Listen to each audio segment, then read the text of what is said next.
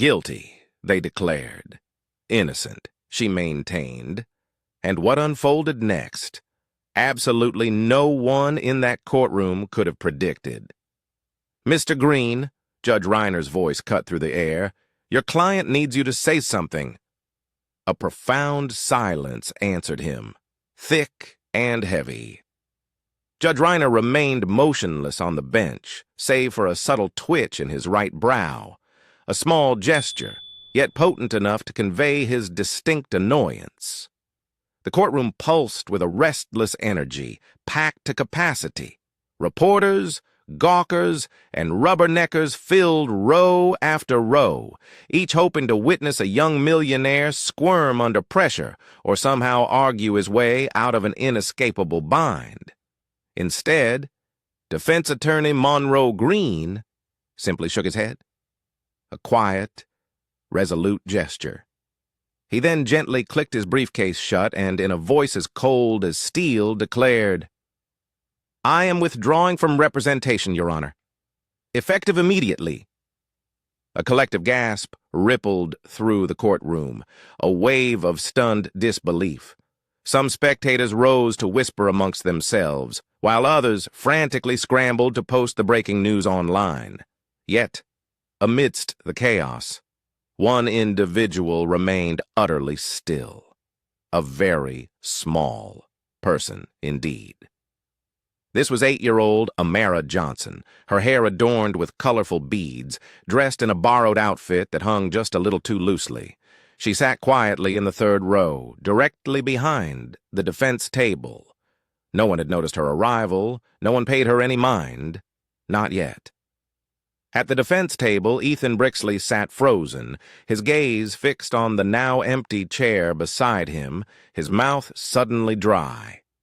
Only 26, this tech founder from Santa Clarita had soared to fame building an app that connected people with safe employment during the pandemic. Just last year, Forbes had hailed him as the people's billionaire. Now he sat in handcuffs facing an accusation so heinous that strangers clamored for his downfall. But he hadn't done it. He knew that truth deep in his bones. God knew it too. The sharp rap of Judge Reiner's gavel cut through the murmuring crowd. "This is highly irregular, Mr. Green," he stated, his voice stern. "I understand, Your Honor," Monroe Green replied, unwavering, "but I have no further comment. I simply cannot stand behind a client who refuses to be honest with me." The words landed like another physical blow to Ethan's gut. It no longer mattered if he had indeed been honest. In that moment, everyone in the room was convinced he hadn't. Then, a voice, small yet remarkably clear, pierced the tense silence from the middle of the courtroom. "I can defend him." The entire room froze. Judge Reiner leaned forward on his bench, a look of profound confusion etched across his face. "Excuse me?" he questioned, his tone a mix of disbelief and inquiry. Amara, small but determined, rose to her feet. Her voice wavered slightly, a faint tremor betraying her age, but she held her ground, refusing to sit back down. "I said," she repeated, her voice gaining a surprising clarity, "I can defend him." A ripple of laughter spread through the gallery. One man let out a loud chuckle before quickly stifling it, his hand clamping over his mouth. Someone in the front row swiftly pulled out a phone, its camera immediately aimed at the scene. The bailiff, unsure whether this was a genuine outburst or an elaborate prank, took a hesitant step forward. "Little girl?" Judge Reiner asked, his voice softening slightly. "What is your name?" "Amara Johnson," she replied. "And how old are you, Miss Johnson?" 8, Amara stated. The judge blinked, his gaze fixed on her. "I understand I'm not a real lawyer," she quickly added, her words tumbling out. "But I read about this case, and I know He didn't do it. I know. Everyone in the courtroom braced themselves, expecting the bailiff to promptly escort the child out. But Judge Reiner made no such order. Not yet. He simply regarded her with an expression that wavered between deep curiosity and a hint of pity. "And how?"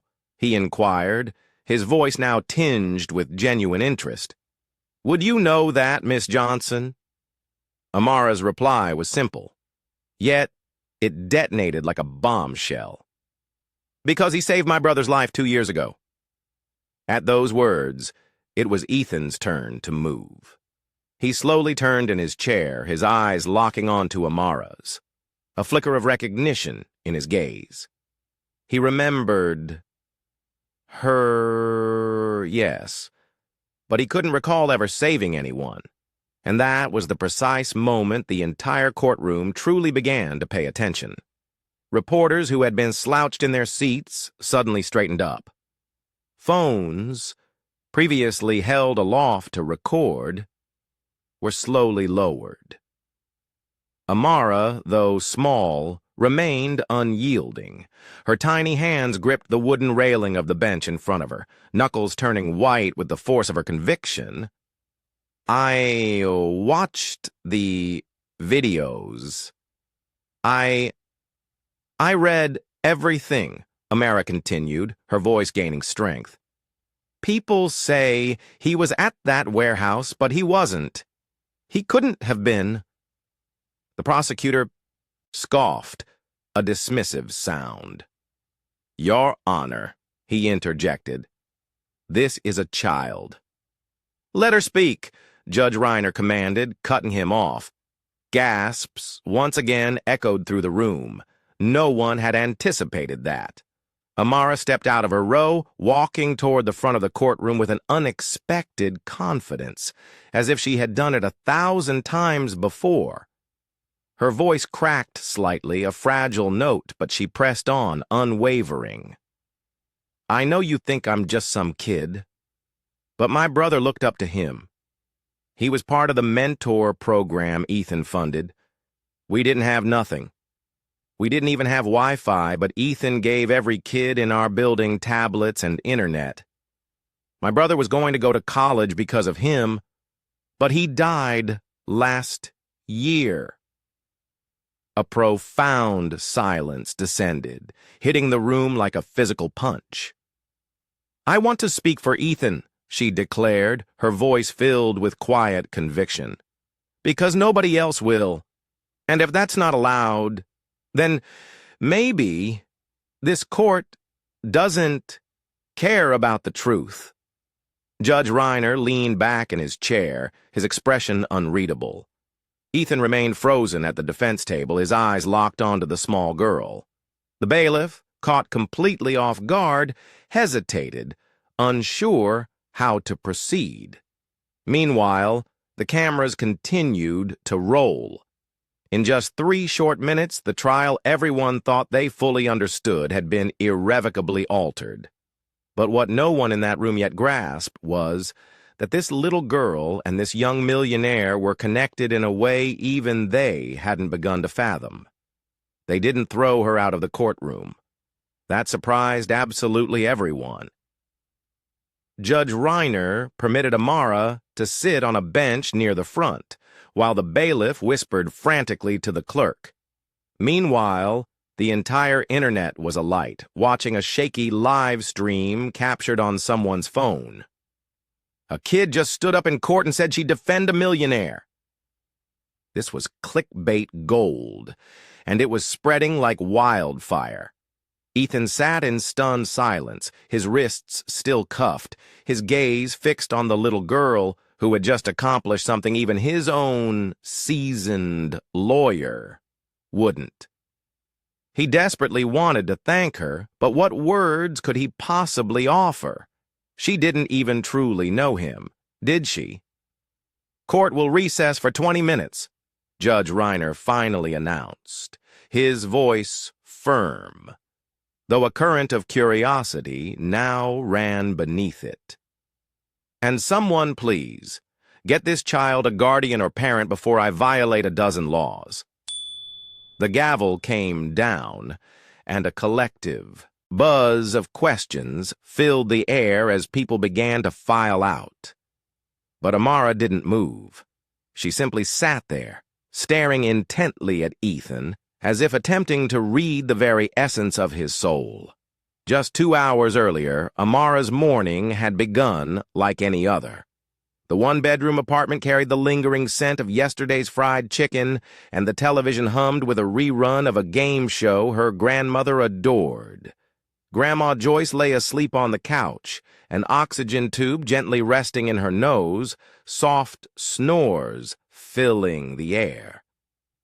Amara tiptoed carefully around her. School was in an hour, but she had already made up her mind. She wasn't going. Not today. Today was too important. She slipped on her faded denim jacket, then grabbed the worn-out backpack she carried mostly for show. Inside, there were no textbooks or pencils. Instead, it was stuffed with a spiral notebook overflowing with every article she had printed out about Ethan Brixley. She had spent weeks poring over them at the library, not because she was forced to, but because she wanted to.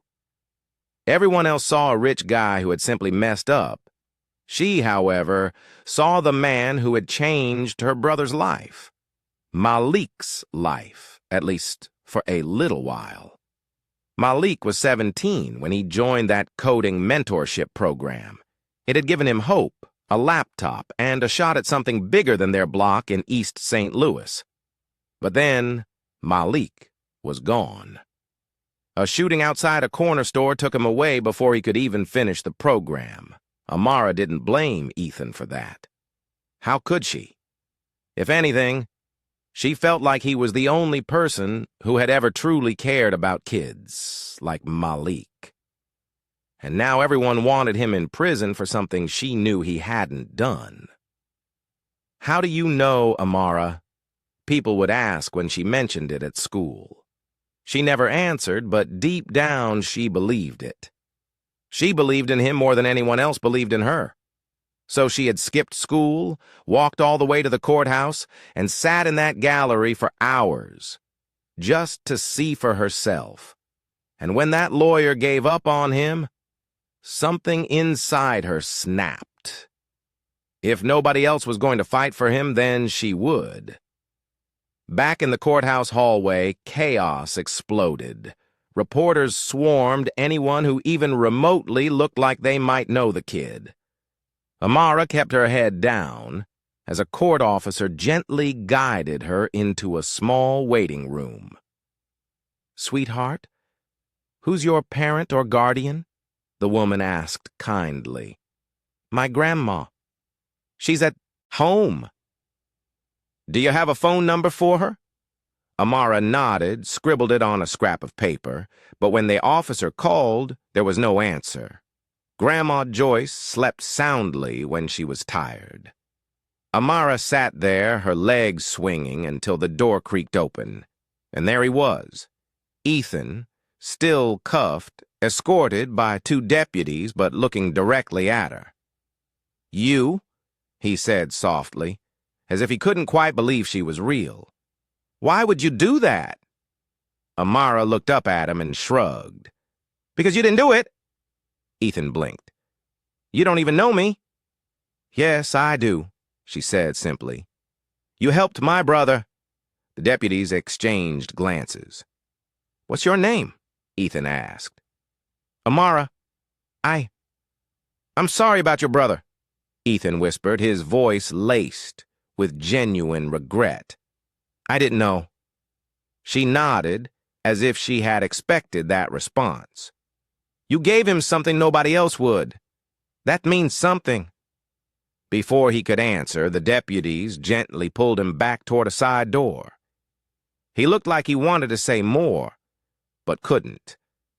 Amara sat there, gripping her notebook, her heart pounding. If the judge let her talk, she was ready. She had memorized everything, every date, every detail. She was going to make them listen.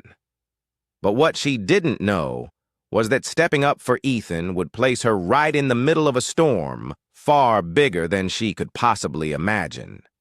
Before the handcuffs, before the courtroom, Ethan Brixley had everything. He wasn't born into wealth, far from it. He grew up in Bakersfield, California, the son of a single mom who worked 2 jobs just to keep the lights on. When he was 15, he fixed a broken laptop someone was throwing away. That old laptop started it all. By 19, he had launched his first app from a dorm room in Fresno. By 24, he was a millionaire. By 26, the word billionaire floated around in headlines like a badge of honor he had never asked for. They called him a prodigy. The media adored him. Investors clamored for a piece of his success. His company, Linkbridge, wasn't merely an app. It was a lifeline. It connected underprivileged kids to internships, scholarships, and mentorships across the country. During the pandemic, when jobs vanished and schools closed, Linkbridge kept kids learning and food on tables. But good headlines, as always, proved fleeting. 3 months ago, everything imploded. A fire erupted in an abandoned warehouse in St. Louis. Inside, police discovered a man, Victor Hale, badly beaten, clinging to life. Hale was a corporate rival with whom Ethan had publicly clashed over intellectual property. On that very same night, an eyewitness swore they saw Ethan near the warehouse. The story spread like wildfire. Young billionaire attacks rival in shady dispute. Ethan vehemently denied it. "I wasn't even in St. Louis that night," he told everyone. Yet his phone pinged near the city limits.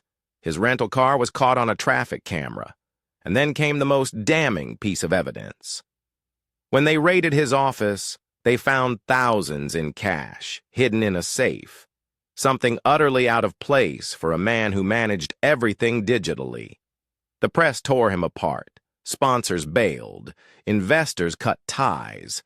People who once eagerly shook his hand now acted as if they'd never known him. And then came the indictment. Attempted murder, conspiracy, aggravated assault. Ethan knew the truth. He hadn't touched Victor Hale. He didn't even know how the man ended up in that warehouse. But the evidence painted him guilty in neon. And the more he protested, the more everyone believed he was lying. The only person left in his corner was his lawyer, Monroe Green. Until this morning. The 20-minute recess stretched into an hour. Ethan sat in a holding room, staring at the stark white cinder block wall. He didn't pray much, but today he prayed someone, anyone, would believe him. The door opened. A deputy walked in. "You've got 5 minutes?" Ethan looked up and saw her again. Amara, small frame, big eyes, her notebook clutched to her chest like armor. "How did you even get in here?" he asked, incredulous. The deputy shrugged. "Judge said let her talk." Ethan almost laughed, a bitter hollow sound. "This is insane." Amara stepped closer. "Why'd your lawyer quit?" Ethan sighed. "Because I wouldn't lie. He wanted me to say I was there, but didn't do it. I told him I wasn't there at all." "Were you?" "No." His voice was sharp, defensive, then softer. "I wasn't." Amara studied him intently as if checking his homework. "Then why'd they say your phone was in St. Louis?" I don't know." He rubbed his wrists against the cuffs. "I think someone set me up." "Who?" "I wish I knew." Amara flipped open her notebook. It was crammed with handwritten notes, printed articles, and scribbles in blue ink.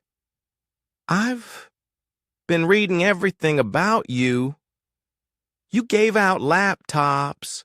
You paid for summer camps. You sent kids to college." "Yeah." "So?" So you don't sound like somebody who'd beat a man, almost to death. Ethan smirked bitterly. Tell that to the world. I will, she said firmly. He blinked. You really think anyone's going to listen to you? He asked, a flicker of doubt in his eyes. They better, she shot back, her gaze unwavering. 'Cause I ain't lying. For the first time in weeks, Ethan felt something he thought he had lost completely. Hope. It was ridiculous. A billionaire finding hope in an 8-year-old with braids and an unshakable stubborn streak. But there it was. Before the deputy could escort him out, Ethan leaned forward. Amara, why are you doing this, really? She looked him dead in the eye. 'Cause nobody believed my brother either. Ethan froze. What do you mean? She swallowed hard. When Malik died, they said he was just another gang kid. But he wasn't. He wanted to build apps. He wanted to work for you one day, and nobody cared. Not the cops, not the news. Nobody told his story right.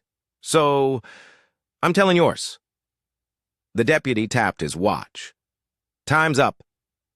As they led Ethan away, his throat tightened. He didn't know if Amara could actually help him. But for the first time in months, someone saw him as more than a headline. But what neither of them knew yet was that the truth about the warehouse was far uglier than either of them imagined. The courtroom buzzed louder when the judge returned. Everyone leaned forward, eager to know what would happen next. Cameras were still rolling. Social media was eating this up. Hashtags trended, Dasha's kid lawyer, Basham free Ethan, and who is Amara? Amara sat up straight when the judge called the session back to order. Her feet barely touched the floor, but her eyes didn't waver. She was ready. Miss Johnson, Judge Reiner began, his voice measured, I appreciate your enthusiasm, but you are not licensed to represent anyone in this court. I know, sir, Amara said quickly. I'm not trying to be a lawyer. I just need you to hear me out, please. The judge stared at her for a long moment, his gaze unwavering. 1 minute, he said finally, a hint of challenge in his tone. Make it count. Reporters leaned forward, as if the Super Bowl was about to begin. Amara clutched her notebook and stepped up to the center of the courtroom. Her voice shook at first, a faint tremble, but then it steadied. Everybody thinks he did it because of some video and a phone ping, but I read all the news. It doesn't make sense. They said Mr. Brixley was in St. Louis the night Victor Hale got hurt, but his flight records show he left L.A. at 7 p.m. and didn't land in Missouri until after midnight. And that warehouse is on the other side of the city. That's hours away. A ripple of murmurs spread through the crowd. Even Ethan turned to look at her, visibly surprised. I know people say kids don't understand grown-up stuff, Amara continued, her voice clear. But math is math. He couldn't have been in both places. Somebody lied, and whoever lied is trying real hard to make y'all hate him. The prosecutor shot up from his seat. Objection! Sit down, the judge snapped, his voice sharp. You'll get your turn. Amara calmly flipped the page in her notebook. And another thing. Why would he do it? What's he got to gain from beating some guy in a warehouse? Nothing. But Mr. Hale, he had a reason to hurt himself, or to make it look like somebody else did. I saw that article where Hale's company was about to lose a huge deal to Link Bridge. If Brixley went to jail, guess who gets the deal back now? The entire room buzzed with a low hum of chatter. The prosecutor attempted to speak again, but the judge slammed his gavel down, the sound echoing sharply. Enough, Judge Reiner stated, his voice firm. Miss Johnson, your time is up. Amara bit her lip and nodded. Thank you for listening. As she walked back to her seat, the judge glanced at Ethan. For the first time all day, his face softened just a little. The recess turned into a scheduling break. Court would reconvene tomorrow. Reporters sprinted out like they were running the Kentucky Derby, hungry for interviews. But Ethan didn't care about them. He only cared about the little girl, now sitting quietly, hugging her notebook as if it held the world. Outside the courthouse, the sky turned a pale orange. The steps overflowed with news crews, flashing cameras, and people shouting questions. In the middle of it all, Amara stood alone, scanning the crowd. She knew her grandma was probably worried sick, but she didn't have a phone. Then a voice called her name. Amara! She turned and saw a woman running toward her, tall, with tired eyes, her hair pulled into a scarf. It was Grandma Joyce, out of breath, but moving fast for someone with bad knees. Girl, what on earth? Joyce grabbed her by the shoulders, looking her over. You got the whole city talking about you. I had to, Grandma, Amara said softly. Nobody else was going to help him. Joyce sighed, rubbing her forehead. Baby, you can't just stand up in court like you're Perry Mason. He didn't do it, Amara insisted. Joyce opened her mouth to argue, then shut it. Deep down, she knew that stubborn look. Amara got it from her mama. A man in a gray suit approached, holding a mic. Amara Joyce, Channel 5 News. Can we get a comment? Joyce stepped in front of her granddaughter. Not today. She grabbed Amara's hand and pulled her down the steps. They didn't notice the black SUV parked across the street. Inside, a man watched them through tinted glass, his face hidden under a cap. His phone buzzed. He answered with one word. Problem. That night, Amara sat on the edge of her bed, watching her grandma pace. The apartment felt even smaller with all the noise coming from the TV. Every channel replayed her courtroom speech as if it were a movie trailer. Joyce stopped pacing and sat beside her. Baby, why does this matter so much to you? Really? Amara stared at the peeling paint on the wall. Because he cared about us.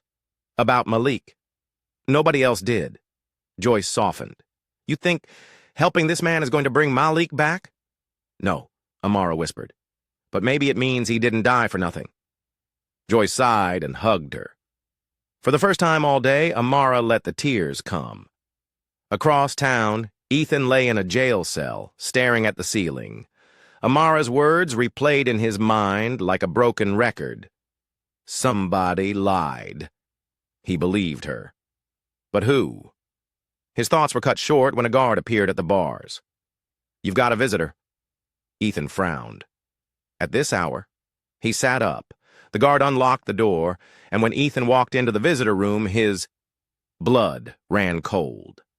Sitting there, waiting for him, was a face he thought he'd never see again. But what this man was about to say would turn everything upside down. Ethan froze at the sight of the man in the visitor room. Trevor, he whispered, the name barely audible. Trevor Maddox, the guy who had been his best friend since college, his first business partner, before money and ambition had torn them apart. They hadn't spoken in almost 2 years. Trevor leaned back in his chair, calm, even smug. You look like hell, E. Ethan sat down slowly, the chains on his wrists clinking. What are you doing here? Checking on an old friend, Trevor said, a smile without warmth playing on his lips. Or what's left of him? Ethan clenched his jaw. You set me up. Trevor chuckled. Relax, detective. I didn't beat Hale. I'm not that sloppy. But you wanted me to take the fall. Wanted? Trevor tilted his head, a sinister glint in his eyes. Still do. Ethan's stomach dropped. Why, Trevor? I gave you everything. I pulled you into Linkbridge when nobody else believed in us. You pulled me in, Trevor said, his voice turning sharp. And then you pushed me out. You thought you were better than me, so I found someone who thought I was worth more. Ethan stared at him. Hail. Bingo. Trevor leaned forward, his eyes cold and unwavering. He wanted you gone. I wanted payback. Win-win. Ethan felt his pulse throbbing in his ears. You framed me. You used my phone. Cloned your SIM. Easy. Rental car? That was a gift from me to you. Trevor grinned, a chilling expression. You should have seen your face when the cops showed up. Priceless. You think you'll get away with this? Trevor shrugged. Who's going to believe you? The world loves a fall from grace. You're not a hero anymore, Ethan. You're a headline, and tomorrow you'll be a conviction. Ethan's hands shook under the table. Why are you telling me this? Because I wanted you to know it wasn't luck that took you down. It was me. Trevor stood up, buttoning his jacket. Enjoy your last night as a free man. The guard came in to escort Ethan out. He didn't fight. He couldn't. The betrayal sat like a brick in his chest. Across town, Amara sat in the living room while her grandma dozed in the recliner. The news replayed her clip for the 10th time. Her name scrolled across the screen with headlines like, 8-year-old defends billionaire. She should have been proud. Instead, she felt restless. Something was missing. Amara opened her notebook, scanning every detail she had written about the case. Flight times, traffic cams, the warehouse. Then her eyes landed on a single name, Trevor Maddox. She remembered it from an old article about Linkbridge's early days. She grabbed her pencil and started circling things. Trevor had been there at the start. He had vanished after some lawsuit, and then nothing until now. Grandma, Amara whispered, gently nudging Joyce awake. We've got to go back tomorrow early. Joyce groaned. Lord, child, you trying to give me a heart attack? I think I know who set him up. Joyce stared at her as if she had lost her mind. Amara, I'm serious, Grandma. If I'm right, this isn't just about Ethan. It's about people who think they can do whatever they want, and nobody's going to stop them. The next morning, the court was pure chaos. Reporters packed the steps like sardines. Protesters shouted on both sides, some holding Free Ethan signs, others yelling, Lock him up! Inside, Ethan shuffled in with dark circles under his eyes. He barely noticed the cameras anymore. All he could think about was Trevor's smug smirk. Then he saw Amara in the front row. She gave him a tiny nod, a silent message. Don't give up yet. The hearing started. The prosecutor stood, looking smug and ready to seal Ethan's fate. Your Honor, he began, the evidence is clear. Phone records placed the defendant near the scene. His financial motive. Objection! Every head in the courtroom turned. It wasn't a lawyer. It was Amara again. Judge Reiner slammed the gavel down. Miss Johnson, just let me show you one thing, she pleaded, waving her notebook. One thing, and if I'm wrong, I'll sit down and never talk again. The courtroom buzzed like a beehive. Cameras zoomed in. The judge pinched the bridge of his nose. 30 seconds! Amara sprinted to the front, notebook in hand. She flipped to a page and slapped it onto the desk. This, she said, pointing to a printout, is an email from Linkbridge's public folder. It's old, but look, Trevor Maddox's name. He was the co-founder. Everybody forgot about him. But guess what? He's been meeting with Victor Hale's lawyers last week. The prosecutor scoffed. That proves nothing. Then why? Amara said loudly, her voice piercing the murmurs. Did Trevor buy a plane ticket to St. Louis the same day Mr. Hale got hurt? Gasps rippled through the courtroom. Reporters scrambled for their phones. Ethan stared at her, stunned. How did she even find that? Judge Reiner leaned forward. Is this true, counselor? The prosecutor stammered. I'm not aware. Then you better get aware, the judge barked. Court will recess for 2 hours while I review this. Gavel down. Chaos erupted. As deputies led Ethan out, he locked eyes with Amara. For the first time in days, he felt like maybe, just maybe, he had a shot. But nobody realized Trevor Maddox wasn't done yet. And the next move he made could cost someone their life. 2 hours later, the courtroom felt like a pressure cooker. Reporters whispered. Cameras rolled. Social media exploded with theories. Who is Trevor Maddox? Did the kid just crack the case? When the judge returned, the air was so tight, you could almost hear hearts pounding.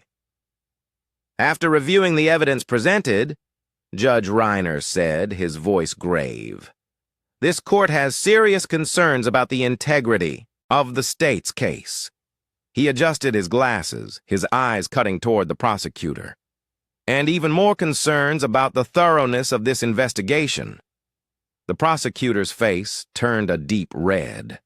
Therefore, the judge continued, I am ordering the immediate release of Mr. Brixley on bond. Furthermore, the court is requesting a formal inquiry into the actions of one, Trevor Maddox. The room exploded. People jumped to their feet. Reporters scrambled like a tidal wave of flashing lights. Ethan sat frozen for a second, then exhaled a breath he didn't know he was holding. The deputies removed his cuffs. For the first time in weeks, his wrists were free. He turned, and there she was, Amara, standing on the bench to see over the surging crowd, grinning so wide her cheeks hurt. He walked straight to her. The cameras loved it, but Ethan didn't care. He knelt down, bringing himself eye level with her, his voice breaking as he said, You saved me. Amara shook her head. Nah, you saved Malik. I just finished the job. He smiled, tears stinging his eyes. Your brother would be proud. Her smile wavered. I hope so. Joyce walked over, shaking her head, but smiling too. You sure know how to stir a pot, little girl? Amara giggled. Guess it runs in the family. Outside, the chaos didn't stop. Reporters shouted questions, shoving mics in their faces, but Ethan put his arm gently around Amara's shoulders as security guided them to a waiting car. Can I ask you something? Ethan said quietly as they walked. Yeah? Why didn't you give up, even when everybody said I was guilty? Amara thought about it for a second. Then she looked up at him and said the words that would end up on 1,000,000 news clips that night. Because when the world calls you a liar, somebody's got to remember the truth. And sometimes that somebody is a kid. Ethan smiled. For the first time in a long time, he felt human again. Not a headline, not a scandal, just a man who had been given a second chance. A week later, Trevor Maddox was in handcuffs. Evidence linked him directly to Hale, the warehouse, and the elaborate setup. The headlines flipped overnight from billionaire in scandal to victim of a frame-up, revealing the truth behind the deception. Linkbridge's stock soared, but Ethan didn't care about that. What truly mattered was sitting at a small kitchen table in East St. Louis, sharing fried chicken with a little girl and her grandmother. You know, Ethan said between bites, you'd make one heck of a lawyer someday. Amara grinned. You think so? I know so. She smiled, her eyes bright. "Then you better keep out of trouble, Mr. Brixley, 'cause next time I'm charging you." They all laughed, the kind of laugh that feels like a full breath after drowning. And here's the thing. This wasn't just about a billionaire and a kid. It was about loyalty, about speaking up when no one else will, about believing in someone even when the world tells you not to. So, if you take anything from this story, let it be this. Don't underestimate the power of your voice. Even the smallest voice can echo loud enough to change a life. And if you're watching this right now, I've got one question for you. If you saw someone about to lose everything because no one believed them, would you stand up and say, "I can defend him"?